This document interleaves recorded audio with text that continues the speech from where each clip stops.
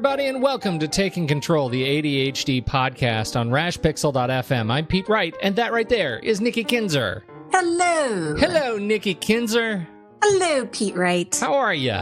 I'm good. How are you? I'm good. You had a successful webinar. I did, yes. Ada was so nice to invite me to do one of their webinar series. Or not series, but just a webinar. Yeah, so yes, an event. It was an event. It was an event. A so fete. we may have some new listeners. Who knows? So welcome. Welcome. If you are coming from Ada and listening to us for the first time. Yes, welcome aboard. We're glad to have you. That's right. Captain Steubings up in the top deck there. Talk to Julie, your cruise director. Yeah. Gopher, right? Gopher. No, Gopher. Gopher. Anyway, as much as our love for the Love Boat persists, we are going to talk about some ADHD stuff, and it's a tech episode, sorta. I'm pretty excited about this because, we're going back to school. Last week we talked about, back to school, ADHD, back to school. We had a wonderful guest from Impact ADHD, and she taught us all about what the parent's real job is, and it got me thinking about the tools and technologies and the systems we put into place to go back to school, but to learn stuff, to improve our memory and to improve our function when studying. And I think it applies so clearly whether you're in school, whether you're going back to college, whether you are at work. All of these things apply to good brain function. And I do have two apps to mention as well in keeping with the technology theme. So Awesome. that's what I want to do today. Before we do that, head over to takecontroladhd.com, get to know us a little bit better. You can listen to the show right there on the website or subscribe to the mailing list, and you'll get a notification in email each time a new episode goes live. And you'll also be notified when Nikki does all these kinds of crazy, awesome ADA webinar events. So if you don't want to miss one of those, get on that mailing list. You can connect with us on Twitter or Facebook at Take Control ADHD and call us at 503-664-48DD to get your very voice on this very show. And finally, don't forget, it is still open enrollment season for Nikki's small group coaching that begins next month. So if you haven't done it yet, get your name on that list. If you're looking for some support of a wonderful, caring small group to help you through building your ADHD living systems, this is the place to do it. And that ends when? When does open enrollment close? It will close, I think it's like September 1st or 2nd. Coming right up. Yeah. Right. Mm-hmm. There you go. That's what we've got. Okay. Are you ready? Are you ready to dive in? I'm ready, but I'm really tired. Maybe you have an excuse today because of your evening webinar yesterday, but that's where the excuses end. And so, I want to think about, I approach this by thinking about what are the things we do to ourselves to help us function better. And as it happened, we got an email from a wonderful listener, Katie from San Antonio, who says that she had taken the summer off from podcasts, but got back in the saddle and binged a little bit on us. Nice. To catch up on the podcast. I love being binged. We're like the Netflix. We're like the Netflix of podcasts. There you go. And she had written us with a question about sleep. And she says, I'm going to read just a little bit from her note here. She's definitely come to appreciate the importance of self-care and specifically a good night's rest. Though I'm 47, I become a tall 2-year-old without it. Despite this knowing, I have realized that my ideal of 8 unbroken hours of sleep each night sometimes eludes me more than I would like to due to various factors. Nighttime worries, medications, hormones, age, a random sound, ADHD, right? Those are those things. She says, I know that the simple answer is to try to get better sleep, and that's certainly a given. My question centers more around what we can do on days when that just hasn't happened, but we're under pressure to move, even though we feel like we can't, due to lack of a decent sleep or any kind of self-care for that matter. What would it look like to do our best on days when we feel less than our best? Thank you, Katie, for writing in with that question. It is inspirational. It is, and I can totally relate to it. Oh, yes. My. And I'm not kidding. I really am tired. But I I'm going to snap out of it so I can have high energy for the show. That's right. So there's a little bit of pretending going on, Katie. No, I'm kidding. But I do relate. And I have to tell you just a quick little story about something. Sure. When she was talking about random sounds at night. Well, for the longest time, we have this cat and she is a Siamese cat. And if anybody out there has Siamese, you will understand that they don't just meow, they howl, especially when they want something. And our cat is older. And so whenever she wants anything, she howls in the middle of the night.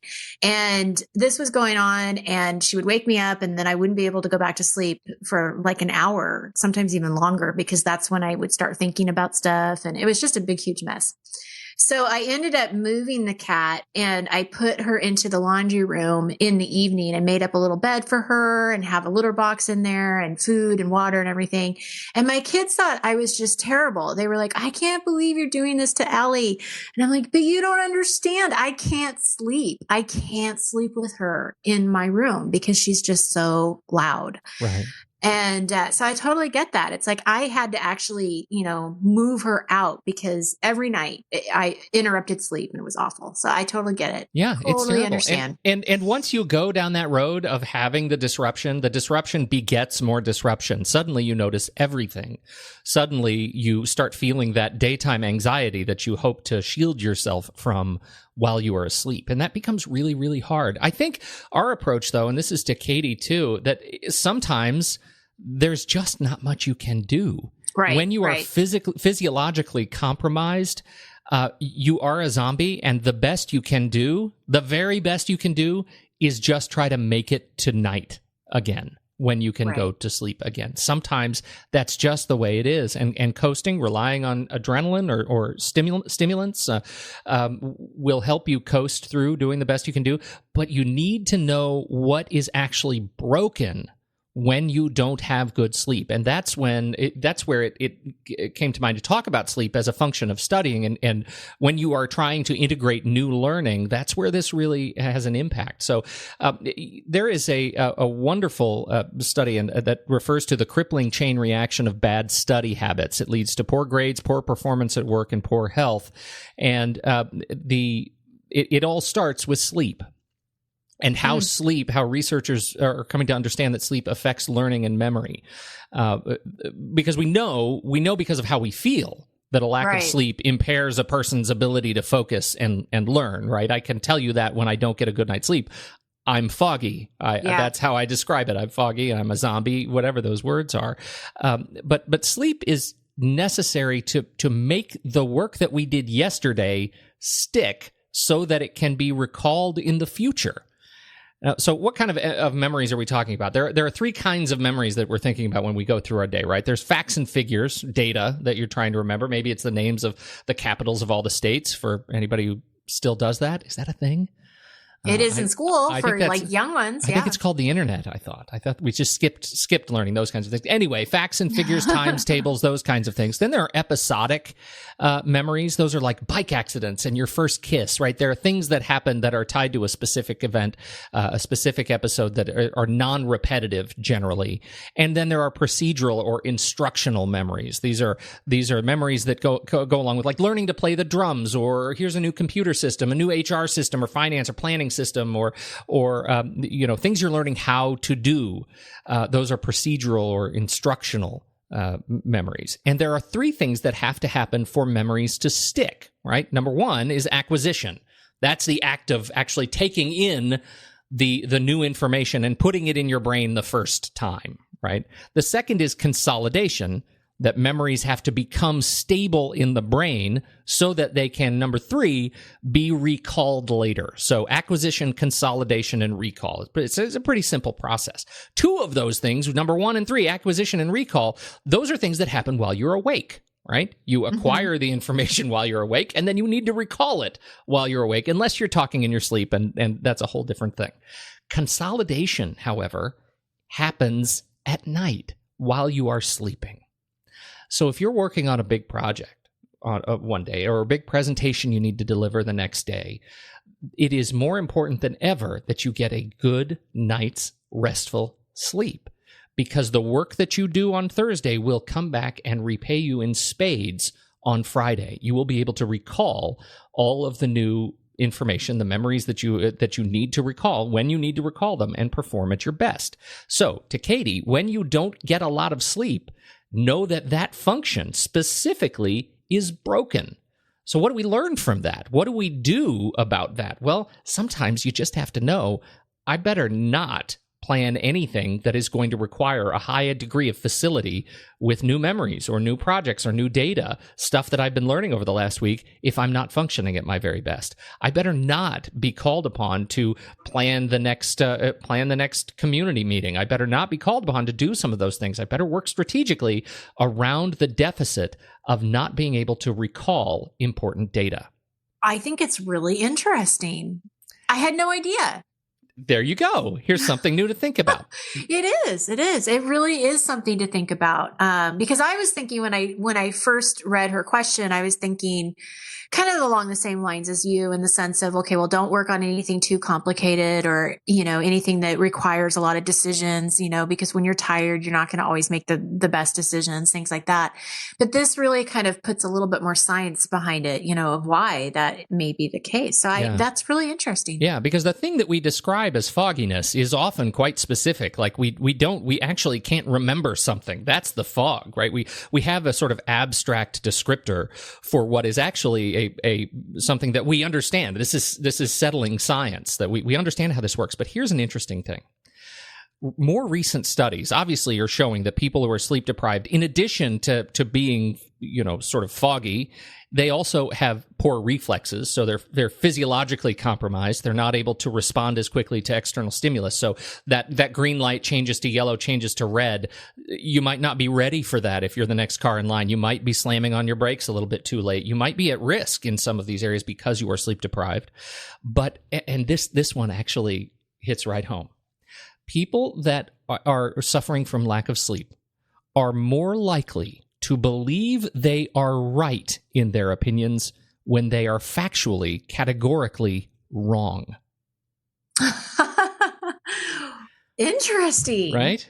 So when you're sleep deprived, your brain plays tricks on you. You become more stubborn. You become more cemented in your belief systems that may actually not align with reality or common culture. I'm not saying what those are, but you may end up looking like a doofus as a result if you are sleep deprived. It also makes sense because when I'm sleep deprived and I'm really tired, I am cranky, and I totally, like, my kids will just get on my nerves, right? And they'll say something and I'm just like mad, and so that kind of has to go with it too a little bit, that you're just really kind of on edge. I mean, I know it's not really an opinion thing, but it's definitely kind of how you're perceiving their behavior. It's probably not as bad as you think it is. Well, for example, this was the perennial favorite in my house growing up. When I was a kid, it was like, Pete, don't sit so close to the TV. You'll go blind, or your eyes will cross, or they'll stick that way, that kind of a thing, right? You get brain damage, you'll get cancer, whatever. There is always something around sitting too close to the TV. Right. There is no science to back that up. That is a stubborn opinion of a sleep deprived. My mother is sleep deprived, too busy and didn't get enough sleep. And when she was at her worst, she would say things like that. Right. And that she believed to be true. Yeah, she believed to be true. You just believe it because it is. We feel that it should be true, therefore it should be true. And when you have better sleep, you are more able to discern what you believe so strongly to be true from actual fact. So what do you do about that? Well, frankly, back to Katie from San Antonio. Katie, the simple answer is try to get better sleep, and that is a given, and that's the answer. That is also the not so simple answer, of course. Right. Getting on a regular sleep schedule, going to sleep at the same time every night, waking up at the same time in the next morning is really important, as it turns out. And in fact, you'll be more efficient. You will be more effective during the day if you can get on a regular sleep schedule. Don't eat too much before bed. Right? Don't eat a big meal very late and then go to sleep. You will sleep more restlessly. Right? No caffeine before bed. And now the research is coming out saying it used to be, for a long time, it was like 4 hours before bed, don't have any caffeine. Now they're saying, if you're planning a 9 or 10 o'clock bedtime, don't have any caffeine before afternoon, right? Don't have that lunchtime coffee or your Diet Coke at 4 o'clock in the afternoon, because that caffeine is still in your system and it will help you. It will decrease the odds of you getting a restful sleep. Now, everybody's different physiologically. You may have a better ability to internalize those stimulants, and process those stimulants. But generally, you want to be aware that your intake of caffeine may be impacting your sleep in ways that you can't necessarily feel until you get it out of your system.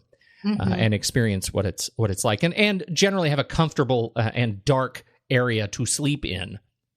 Make your room dark, Well, isn't it better to have it be cooler than too hot too? Yeah. Like, I know that if I'll wake up if I'm too hot, but if it's cold, you don't tend to wake up as easily. Right. We're sort of hibernating. Or cooler. When you go to sleep. I like to think of it as hibernating. We don't sleep for all winter long, but we're sort of hibernating and processing and slowing down and keeping it cool is generally better. But your comfort may vary. So there you go. I mean, sleep has a direct impact on memory and the ability to acquire and retain and consolidate new information. Don't take study aids, no-dose, energy drinks. You don't want to get into a habit of counting on these kinds of stimulants to get yourself through the day. And this is real trouble. If you've been prescribed medication for your ADHD, absolutely do as you will with your doctor's order. But in looking up research around this topic, I started with a conversation I had with a therapist at Vanderbilt, who is a dear friend of mine, and we talked about some of the things he deals with in his patients who come in, and he was talking about a dramatic increase in the number of parents who are coming into his clinic to work on their drug problem because they started taking their kids' ADHD medication. Supported by the Pacific Treatment Services in California estimates that 15% of parents are addicted to the same ADHD drugs as their kids. They start taking it out of their kids' stash of ADHD drugs because they think it'll get them through the day, and they become addicted to it. Beware of that behavior. Beware of it. There are very legitimate reasons to take medication. We've had guests on the show to talk about it. It is a really good tool to have in your tool bag. But if you're doing it just to get through the day because you're exhausted, you feel like your brain's not working, that will hurt you. So there you go. Wow. Interesting. Don't cram when you're trying to learn something new. Start studying early and in small doses. We've talked about this too, but it fits in building strong memories. Don't cram. Don't wait till it's too late. Even if you find you remember the information the next day because you had a good night's sleep, you won't retain it the next week. So you may do great on the test, but you won't actually learn anything, and that's what we're trying to do here. Eat and eat well. Eat proteins and complex carbohydrates and eggs and dark greens, and skip the cereal bar in the dorm, please, for the love of everything. This was my thing. I would go to the dorm, I'd have 4 bowls of cereals and 8 little tiny jars of juice. Or Coke or whatever they would serve at breakfast. It was terrible. Skip that stuff. You'll function much better. And also, don't eat large meals before you're studying. You want your body to process efficiently, but you don't want to be full. It'll make you sleepy. Yeah, you won't remember as much. And finally, move. The body exercise is brain exercise. It's important to keep yourself and your brain all squishy and healthy. And finally, this squishy. is squishy. Yeah, it's good. This is one that stuck out to me. Duke neuroscientist Bill Wilson. He's a director of Duke Learn, and this is a program at Duke that teaches the practical applications of neuroscience in high schools, right? So they're trying to find out if teaching kids about how the brain works from the perspective of neuroscience, whether or not that information will help these same kids perform better in school. Does that make sense? So if learning about the brain helps your brain actually learn. I would think it would. I would think it would too, but this is a study that they're performing to find the answer to that question. And here is what neuroscientist Bill Wilson says. He says, take risks. Adults are always harping on the downside of teenage risk-taking, and it's true that teenagers are more apt than adults to get themselves in trouble with drinking, driving, unsafe sex, to name the biggies. But the fact that the parts of the brain that drive people to try new, risky, and exciting things appear to be more developed in teenagers can be a huge plus. Pick appropriate challenges, difficult sports, a tough job, mastering a performance art, traveling overseas, and the teenage brain is uniquely primed to tackle them. You have this power you're given to go out and do it without fear. Now, I say that as an adult, that I feel like in many ways I have forgotten how to do this, to take bigger risks, to try new things. And I think it's good for elasticity of the brain that we kind of challenge ourselves to do some new things. So that's all that I want to say about that. I think it's good to know. And if you are going into college, now's a good time to take risks. But even as an adult, don't forget that it's good for you. Wow, interesting. Fascinating stuff, right? This all sets the stage for a couple of recommendations of apps that I want to share with you that have helped me as an adult. I have discovered these two apps as an adult. I did not use them as a child because that was a long time ago. That was not available. There were no back apps. then. That was not a thing. But these are things I use even to this day. And I realized I searched our website and I can't find that I have talked about them before. The first one is for everybody, students, adults, everybody trying to learn new things. It is called Quizlet. Have you ever heard of Quizlet? No. There is just a large body of apps and services designed to allow you to create like online flashcards, like flashcard building tools. Oh, cool. Quizlet is just delightful. It was introduced to me by a programmer friend of mine who actually learns new programming skills. He actually studied symbolic logic using Quizlet. He built a set of flashcards and studied them. And then Quizlet, the app on his iPhone, reminded him when to study these flashcards. So he built a set of 100 flashcards about these concepts and symbols and symbolic logic. And every time his phone would say, "Hey, study this," he would turn it on, and Quizlet would quiz him on these set of flashcards. And as he got the answers right or wrong, Quizlet would keep track of his performance. The next time Quizlet reminds him to study, it gives him the things that he needs to remember in a way that he is most equipped to remember them. It's adaptive. It helps you study through smart repetition. It's really intelligent. It knows what you know and don't know by when you are and how you are studying it. So you might only get the thing that you know. You'll only see that question once a week. Stuff that you don't know will be peppered in 2 or 3 times a week, or 4 times a week, or a couple of times a day if you're really getting it wrong repeatedly. So it helps you not just review the information, but review it in a way that is attuned to your brain. Interesting. So interesting. So what if you see it though? Like, what if it pops up and then can you ignore it or not? Like the reminder to study? Yeah. Yeah. I mean, it's like anything else. And so it pops up on your screen and it says, "Hey, it's time to study. We want to send you this notification." It's a system notification.